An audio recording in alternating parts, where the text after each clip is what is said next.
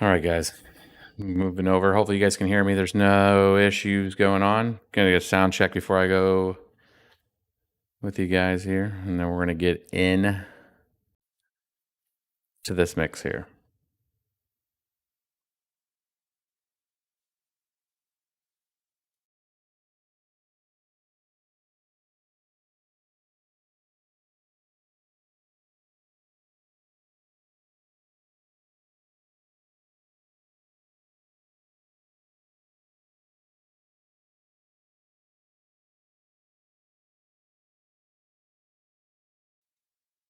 Right. Let's go ahead and get this started. All right.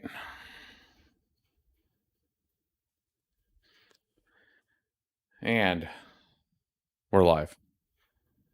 Welcome, my dudes. We're gonna try to make this so normally this comes out on Sundays.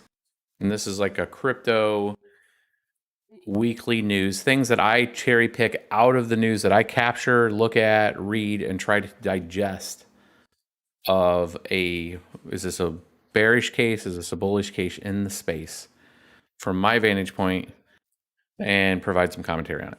So people have seemed to like this series. I'm sorry for not doing it yesterday. Yesterday was dedicated to making sure I got a video out for you guys that are followers of Ethereum and Ethereum mining when it came to the discussion around the MEV Time Bandit attack. Hope you guys enjoyed that video and it provided some clarity. I am working on a more detailed version of that. So if you were interested in that type of content and want to try to understand more from an analogy standpoint, not just the technicals, and start getting into like this chain versus this other chain and what is the mechanisms that are at play, try to explain it like you're 5. And what does it mean? How do we break that down? So that is coming up in a separate video. I'm actually trying to get somebody that's more familiar in the space specific to MEV. Maybe we'll get some of the MEV folks in there and I can lead that discussion and help get them to articulate it in a way that everybody understands. So I'm working on that right now. I talked to Micah today briefly in Discord to try to refine my own analogy around it to help the community start to understand it better and just kind of bring this issue up to the forefront. You never know any developers out there that are maybe not in this space or they're in the space in a different field within cryptocurrency, maybe for a different chain, and has an idea. And that's part of that collaborative nature of trying to make sure people understand the issue. And if you can break things down to them, even for technical people, maybe they'll hear it and go, well, wait a minute here. I think I understand what they're doing here. What if they do this? And then you have a better option. But that's a quick lead in to start us into the news segment. I will cover a little bit around the ETH Time Bandit stuff a few minutes into this, but we're going to get right into it. I'm going to try to keep this time box to about 30 minutes. That includes some of your question and answer. So make sure if you have some questions, you guys are ready for that when we get there, and we're going to get right into it. So I'm going to start with the kind of bearish case, the stuff that kind of, when I read through it, I hear the noise. I'm looking for the signal. Is this a bearish case? What's the risk? To give you a perspective. So let's go over to the big screen here first and look. So this was sent out. I saw the first clip of it on Twitter earlier this week. And it essentially was, you can take CNBC with a grain of salt most of the time. But this issue has been around for a while, and it has to do with Tether. And Tether is a stablecoin, and stablecoins in general. And when you think of cryptocurrency, and you think of DeFi in general, when you're doing stuff that comes down to, cryptocurrency trading, just to and from somebody, pretty simple, ledger, debit, credit. When you think of providing liquidity, and when you're, taking a loan out, especially in crypto right now, you have a collateralized loan versus an uncollateralized loan, meaning like you're going to put up some of your crypto, you're going to borrow a little bit from that. You're going to have a TVL, which is a loan to value against your crypto. Pretty straightforward concepts here, not super confusing. The issues that Jim Cramer brings out in this has been something that's been out there for a while, and it is, how is Tether, being a large stablecoin, how are they collateralized? What's the risk, the underlying risk if you hold Tether, which a lot of people move over to stablecoins, especially in bullish pullback. They'll move to a stablecoin. They don't want to convert it back to US dollars. They don't want to put it into their bank account. They don't want to lock up that, especially large amounts of liquidity. You don't want to lock that up in some kind of transference to a bank, a wire, and then maybe you'll get that account frozen for a few minutes. Anybody that's been in crypto for a long time, that's done any amount of larger volumes, sometimes when you transfer out of crypto, I know the first few times I ever transferred out to PayPal from like Coinbase as an example, which I don't do anymore, PayPal froze that money because it was like a behavior that I had not done before. The amount was high enough that it triggered them, and then that money got locked up for 3 days. So people go back into stablecoins. They keep it in the crypto market. So part of the risk here that's brought up is, how is Tether backed? It's been a thing for a long time from an audit standpoint. It's now making news on the primary news sources where there's a lot of and I would call it the commercial viewers with the retail market that watches Jim Cramer.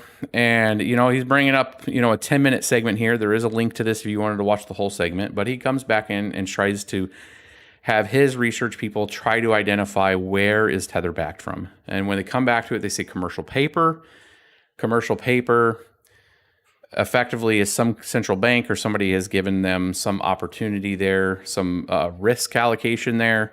And where is it? Where's the commercial paper? So he kind of ends this segment. The TLDR on this is, the risk is that Tether is mostly paper backed. They're not confirming this, but they're just saying it's most likely in China. And with the situations that are going in China right now, at what point does the access to those commercial papers, that commercial paper, that liquidity, get either held up for whatever reason, be it, there's some confusion that if the China ban is now extending to capitalized assets, does it break Tether and it loses its peg, essentially? So there's risk for people that are sitting, especially in a bearish market right now, where people are, maybe they took some profit, they're sitting in a stable coin. Where's your money sit? So bottom line, bearish case there from a risk of it imploding. Who's it all affect? Does it disenchant people? That sort of thing. Now, me personally, if I'm in a stablecoin, most of the time I'm in USDC. For me personally, US company, different regulatory requirements. And that's what I personally use from a stablecoin standpoint. But it's not that I have not used Tether before. I have, especially back in the Poloniex days. But there's some risk there. So quick one for you guys to kind of catch up on. Again, still on the bearish case. Now, don't worry, I do both bearish and bullish on this, so it's not all bad news here. Another one that's not really a bearish case, but it's something that if you're a miner and you saw the early messaging that came out from a couple sources saying that HiveOS was compromised. This is the announcement from Hive that says, hey, there was no breach or an attack on Hive whatsoever. The reports are, effectively clickbait. Funds are safe, quote unquote. I did not go right out and report on this, mainly because I was, one, working on the Eth Time Bandit piece, and two, when I dug 30 seconds into it, the site that was trying to report it didn't seem too legitimate at the time to me. So I was like, well, it's just somebody trying to get some clicks. And it, I saw a couple other channels go out there and report on it, and I was taking a safe assumption maybe they did a little more deeper dive in it, but evidently everybody just kind of jumped on that first thread and reported, hey, make sure your passwords are secure, type of thing. I mean, normal basic activity when you're doing any kind of thing with money in general, you should have, two-factor setup to extend your security blanket around you in the most way possible. Do not get lazy on it. People, that's the really messaging here. If you have an account, you have money in it, make sure you have two-factor setup. But bottom line, just to kind of get that message out, that at least from the source Hive, saying that they had not had any kind of breach or anything. The Time Bandit attack piece is the last piece I had yesterday. This is kind of a shameless plug of that. If you have not been tracking or was expecting me to give you some more brief detail on the Time Bandit attack discussion when it comes to Edgar releasing some code for it from the Flashbots MEV folks, releasing the code on how to do this and all the subsequent content that came around from it. This video will walk you through kind of where that's at in a baseline, and I have a second video coming out that's going to peel it back a little more. We're going to look at why is this happening with ETH in general. How does it look?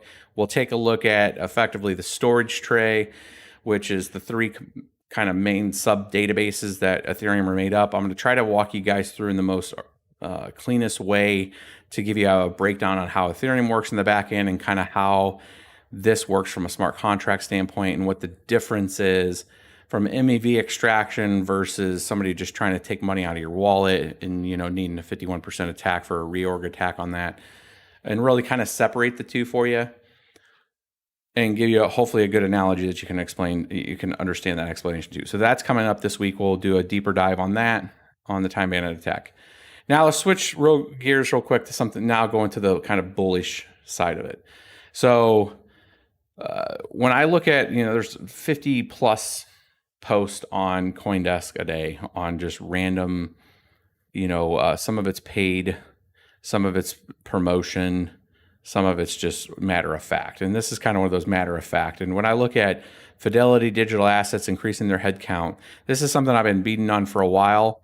With one of the largest bull cases that we're going to have is when regular folks that have 401ks have an opportunity to log into their SaaS, you know, for, you know, their software as a service, the Fidelity login, and they can change their allocations. And when they can change a portion of their allocations to take a crypto basket of coins, the amount of buy pressure that will create when you have a strategy that allows, you know, 3 to 5% of existing money that's setting in 401ks to be transferred over. It's not new money. Think about it when you're buying crypto, when your family's buying crypto, when you talk to people about buying crypto, and they're like, yeah, man, I got like 50 things to buy. I ain't got time for it.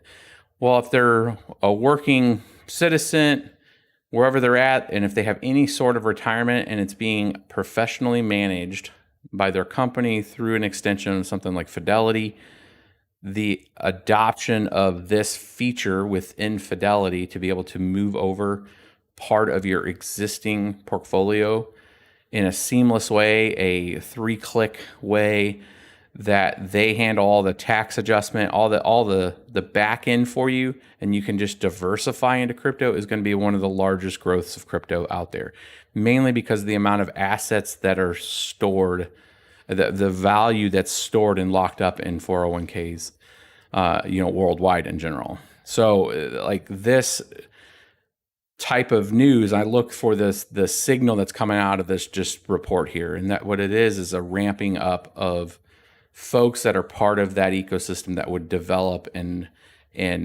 contribute to that reality. So I look at that as a piece, an indicator that, hey, one of the groups that are doing this is ramping up more people. Another one from just straight exposure, crypto.com coming out and, you know, making a deal, a very large deal. I mean, largest sponsorship deal ever. I mean, those are kind of those kind of cool buzzwords like, hey, we spent more money than anybody else on this thing. And, you know, working at Anheuser-Busch for years, I mean, I know this very well from a marketing company that sold beer. I mean, that's effectively what AB was through the 90s and early 2000s. Marketing definitely matters on that. You can get a lot of eyes and exposure there, especially when it's repetitive. When you see it all the time, it's that 3, that 5, that 7 times you've seen it. And then one day you're just kind of maybe thinking about it, thinking about crypto. You could not even be a person in crypto and are even interested in crypto, but you've probably watched X amount of UFC things, or if they do another deal with somebody, and then you're going to get that constant noise that's in your face all the time of like their company name, and then you're going to have a moment where you're going to think, or you're going to hear like, hey, I should get into crypto. Oh, wait a minute here, I've seen this ad 10 times. I'm going to go to crypto.com. That's what kind of $175 million crypto deal. That's that bigger marketing play where you can see it, multiple times and get it in the subconscious to where it's that first thing you're going to click. So then by getting this, the UFC is targeting a specific demographic of audience and folks that are really into UFC. And, I think it's a good deal for them. I mean, I think crypto.com is definitely going to pay this. They're going to get back a lot more than this 175 million. I think it was a good investment for them. All right, let's switch one more last thing, and then we can get into some Q&A because I know some burning questions are out there, and I can take a look at what you guys are chatting about, and we can have a discussion for a little bit. That's part of the advantage of the live streams. So the Lightning Network. So there's a lot. I can see this being a lot more conversation around Lightning. Lightning's been around for a while. Running Lightning nodes, testing Lightning nodes, and just seeing that there's active use out there for Lightning. Now, yes, it doesn't have the same kind of volume as Ethereum right now. However, as more adoption is now occurring throughout the world, you're going to see a lot more of this kind of signal coming out, or this kind of noise coming out that, hey, Lightning's going to change how you think. Lightning's doing this, Lightning's doing that. It really comes down to when we really start to see the larger apps start to actually hit the phone, and how we're going to have a lot cheaper fees and payment channels out there that have a high amount of liquidity that become effectively like exchanges, to where you're having a Lightning wallet on there and there is a very extremely low fee and going back and forth between just doing sats back and forth to people. So, to echo this kind of article from Jeff, it is, adoption from a country level. If Paraguay ends up approving Bitcoin as legal tender and a few more countries follow suit in the next 6 months, it's going to have this infrastructure that's going to start to support it a lot more. So I've been seeing more and more of these articles phrased in different ways around Lightning, and that's definitely showing a development. It's showing progression. It's showing that there's still development efforts ongoing to improve the layer 2 effectively for Bitcoin directly. Now, I am going to switch back to you guys, and then we're going to take some questions here. So, about 6 pieces of quick news, links below for you guys to go and do research. And those are, just this week. A lot of there was a couple other things that had in there. I just didn't want to inundate you with a whole bunch of different news that was semi-relevant. There was somebody that definitely got kind of rugged on a DeFi swap, network that was part of Ethereum. I think that just got a hacker stole X amount. Pick a week. This happened regularly in Ethereum lately, but it was kind of non-relevant to this one. Let's take some of your guys' questions. I tried to respond to quite a few on the note from yesterday, or from the video from yesterday. I wanted to have some conversation with you guys. But let me see if you guys had any previous questions here.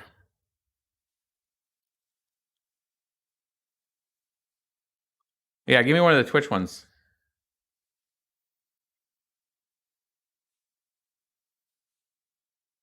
No miners. The HiveOS attack was fake news, evidently. So no.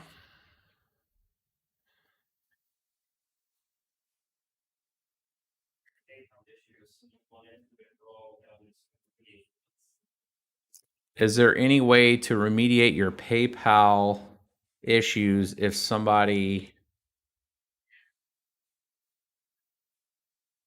wanted to withdraw without a 2-day freeze? No, PayPal's a centralized entity, so you can sometimes call them. When I had my payment moving from Coinbase over, it was because I chose PayPal as my exit out of Coinbase. So I sold an asset. It went to USDC. I exited that out over to PayPal, and then it froze my account. PayPal held that money for 3 days, and I had to go through like a dispute resolution thing with them because it was just uncommon activity, I think is what they called it. But there was no real way to do that. Now, I've had PayPal freeze on like some mining rigs and stuff I've sold, and it was from unverified people sending like $3,000 to me, and then they froze those before too. But that was just a phone call, and we resolved it. But yeah, it's part of the lag whenever you go from, I'd call it even CFI, which is centralized finance, to other centralized finance stuff. There's a lot of friction there sometimes. And when you go definitely from DeFi to a wallet, and from your wallet to CFI, sometimes if the amounts are large, you can definitely have some friction.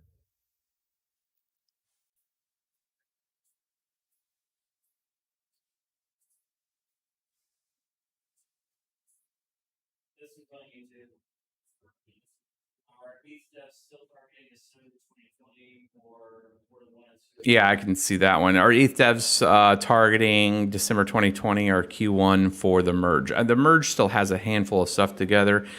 I would say I'm definitely going to be covering where the merge is tracking after EIP 1559 hits mainnet and there's no issues. After that, you're going to see a lot more content and get a lot more litmus test to where the merge is going to land. I'm personally betting, just from having a basic understanding of what is still required from the protocol development side on the ETH1 guys, and the punch list that's still under the merge on the Ethereum 2 guys, that we're probably looking at the earliest first quarter of next year. And that's just, I mean, that's not me talking to them and getting an understanding of where they're at. It's reading their capture and exit notes, and then understanding the development processes that are involved with that through the entire, I would call it what's equivalent to a CI/CD pipeline, which is the whole continuous integration delivery, which means that when they're shipping stuff to test nets and that sort of thing, how much time is involved in that. And that's really benchmarking. Look at the time from acceptance of the technical specification for EIP 1559. That was done in March, the beginning of March, and then from that through August early August, August 4th, I believe, is EIP 1559 hitting mainnet. So you went from March to August 4th. So in March, we had the technical specification. It was done. It was accepted. It was ready to go. So we need to get first on ETH1 and ETH2 the technical specification to the point that there's code, people have reviewed it, they're so comfortable with it that that's the package. It's what we call in code development code freeze. Most of the time we call it code slushy because it's not fully frozen, and sometimes somebody slips something in at the very end. But when you'll have effectively a code freeze, and then you package that up and say, this is the quote unquote merge. At that point, we'll have a good idea, at least what the testing procedures are going to happen. And then you're looking probably plus 3 months there. At a minimum, this is like the biggest thing that Ethereum's will ever have done to date, is a change in the consensus. So 3 to 6 months at best, maybe from the time that they're done with the technical specification that they're still working on. So let's say they get done in October. They're so comfortable in October that everybody's good to go, then you could add 6 months to that. Does that help? Hopefully that helps you guys. Let's see here.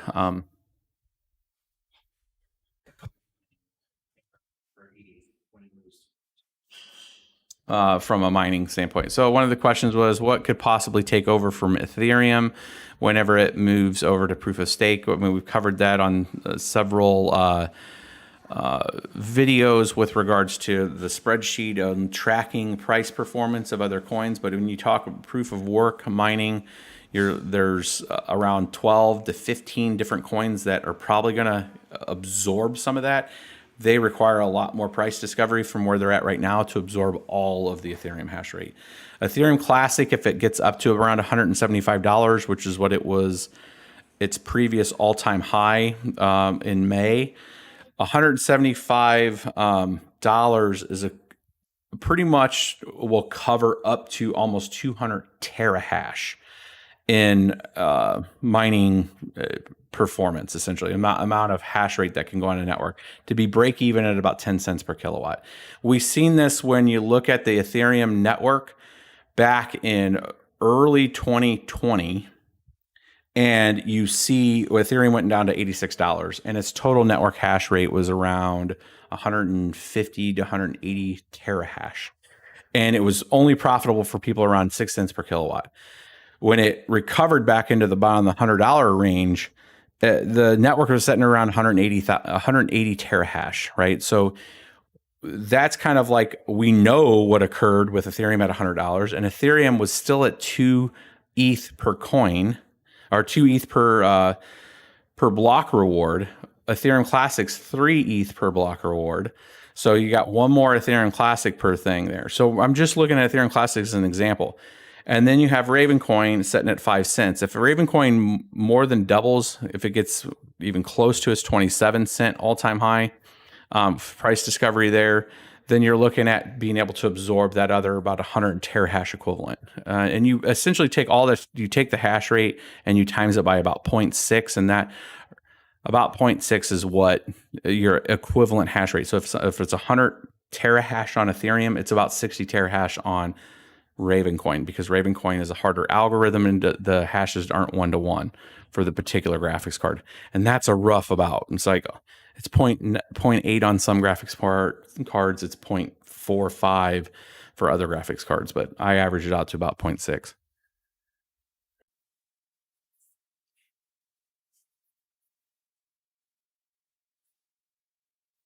Where can I purchase a pineapple pizza for Ravencoin?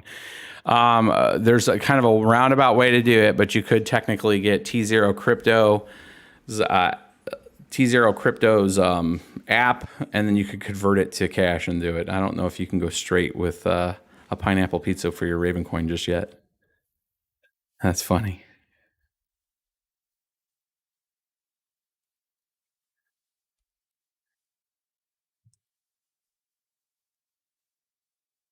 All right, guys. We're at about 29 minutes. I'm going to wrap it up in one more minute. Let's see if you guys got something else here. I'm looking through here.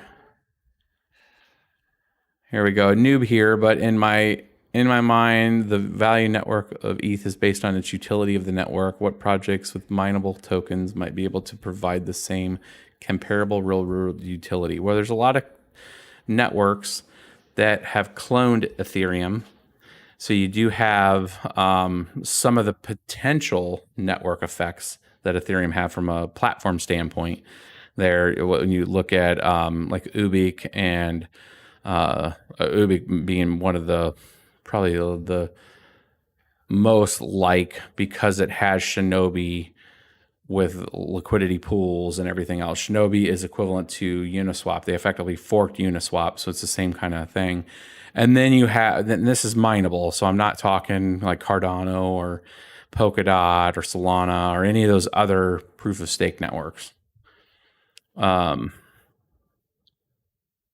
then you have asset systems and NFTs on layer 1 with Ravencoin as an example too there also.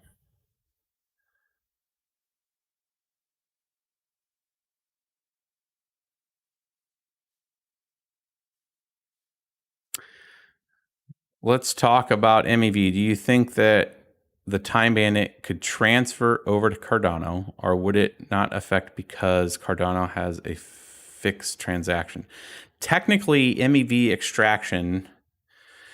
So you got to understand the basis of, like, we call it MEV, but it's just it's an interesting label, because at the end of the day, it all comes down to transactions, orders, sorts, and timing.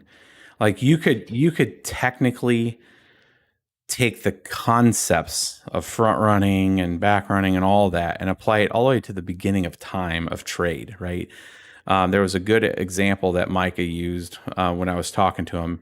And he says, essentially, if you knew the silk trader was on the road headed to town and you knew he had inventory, that you could quickly get back to town and buy up all the silks, and or if you had silks, you could sell everything and depress the price before he got there, right? This is a basic premise of just straight up trade, inventory, understanding where things are at in the world. The basic concepts that are around MEV extraction is just the digitization of that in a transparent ledger that people can then write code to change the order around and try to out arbitrage each other.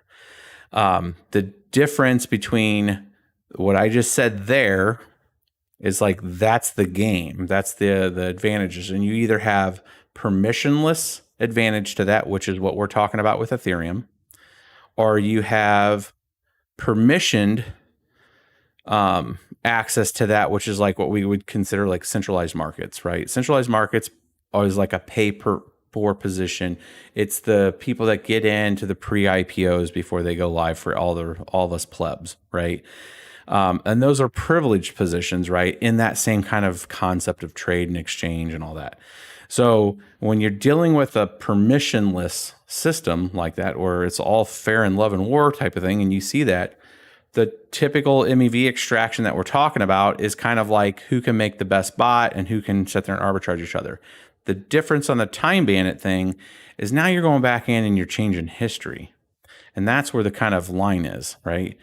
And I used an analogy in the thing yesterday, so you're getting a shameless plug to that it's like you lost the game 5 years ago, 10 years ago, whatever, you were in school and you didn't get the trophy. And now you have a mechanism that allows you to jump back in time and win that game and take that trophy from somebody. And like, in theory, that sounds good-ish, but then it changes all the outcomes of going forward, and it really creates a very bad future state of all those as people start to keep going back in time and changing history, right? So the real proverbial line in the sand has been everybody trades at whatever advantage, right, in the memory pool before the post. And it's straight up tactical warfare in there as far as you can consider it. So MEV on there's a long way about going, is that it's not just in Ethereum. It could be technically anywhere. It could be in a Bitcoin's transaction pool, right? It's interesting because that behavior can be captured in proof of stake systems like Cardano and anything else. If you were trying to if there was enough volume in Cardano and enough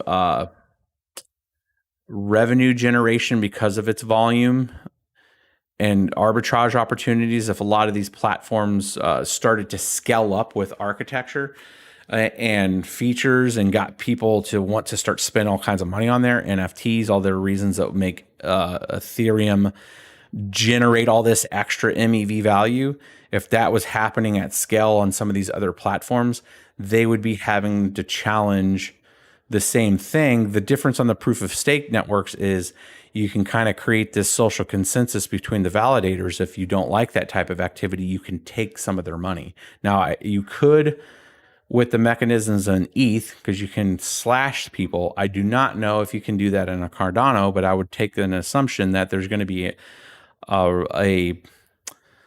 either a changed, or you can manipulate somebody's staked value, because you got to have something that keeps the order in check. So it's not, none of the chains are immune to it. It all comes down to where's the value extraction at, and is it worth it? Like for Bitcoin, it's an input output UTXO transaction set. It's a ledger. It's a debit credit. There's not a ton of transaction value, only during very heavy use times on layer one. So to try to go back and do that, it's also significantly harder because Bitcoin has orders of magnitude more mining hash power on it. So it makes it a lot harder to try to do those kind of things, like a Time Bandit attack, which would effectively in Bitcoin be a 51% attack. But yeah, it's a long way to answer your question, but hopefully that little bit of history kind of helps. And as I'm discovering more with it too, I'm going to try to bring that articulation better for you guys through some kind of an analogy perspective to help kind of snap the line on it of where it's at, because there's a lot, it's an open issue. I mean, it's been an open issue since the beginning of time. It's just, where do we want to set the social consensus of rules of where's the line at? And I think the line has been, I think ethically the line is at, like, once the battle's done and the ground settles and that block is posted, who's the winners, right? And does that make it a crappy environment? Yes. I think right now why people are unaware that their trades are getting wrecked. I mean, it's kind of what happens right now in the CeFi world right now, where people are kind of at the edge, or they try to get to the very, very edge, and then are kind of front running your trades right now on the CeFi side of it. You know, Robinhood is not a free service. Robinhood is I'm going to data mine the crap out of you, and I'm going to sell all your trades to the big guy, right? And if you're, as you plow or play your position up in that stack, you have less of an advantage because you're always a step back from the major players, right? Same kind of thing in this from a permissionless side with the bots that are front running those transactions. Was that too wordy? Might have been too wordy. I'm at 37 minutes here. All right, my dudes. I think I'm going to end on that one. Hopefully this is good. Write in the comments below if you guys want like a Q&A kind of session like this, if this is good. I would like to do this with another, probably an MEV person. If there's anybody in the audience here that wants to ping me on Twitter, if you've been following this and you feel very comfortable about this subject and you have some color to add to this subject, especially, you know, from an architecture, some ideologies of that, and you want to join a stream, I don't bite, and it will be very chill, and you guys can join the stream with me and we'll do a stream together and kind of peel back some of these issues. So I think I'm going to call that one there, guys, and we will catch you guys on the next one. I'm going to have a RX 580 build for you guys coming up that I'm repairing, a repair build. And then I got the Miami Mining Disrupt next week. Miss BBT and I are flying down there. We're going to capture some stuff. We're going to do some live streams when we're down there with you guys too. And talk to some of the larger miners out there, and Compass Mining is going to be there. It's going to be good. It's going to be a good coverage on the mining scene for you guys. Mainly Bitcoin probably mining, but there are some discussions on the altcoin mining too. So, all right, my dudes, I will catch you on the next one.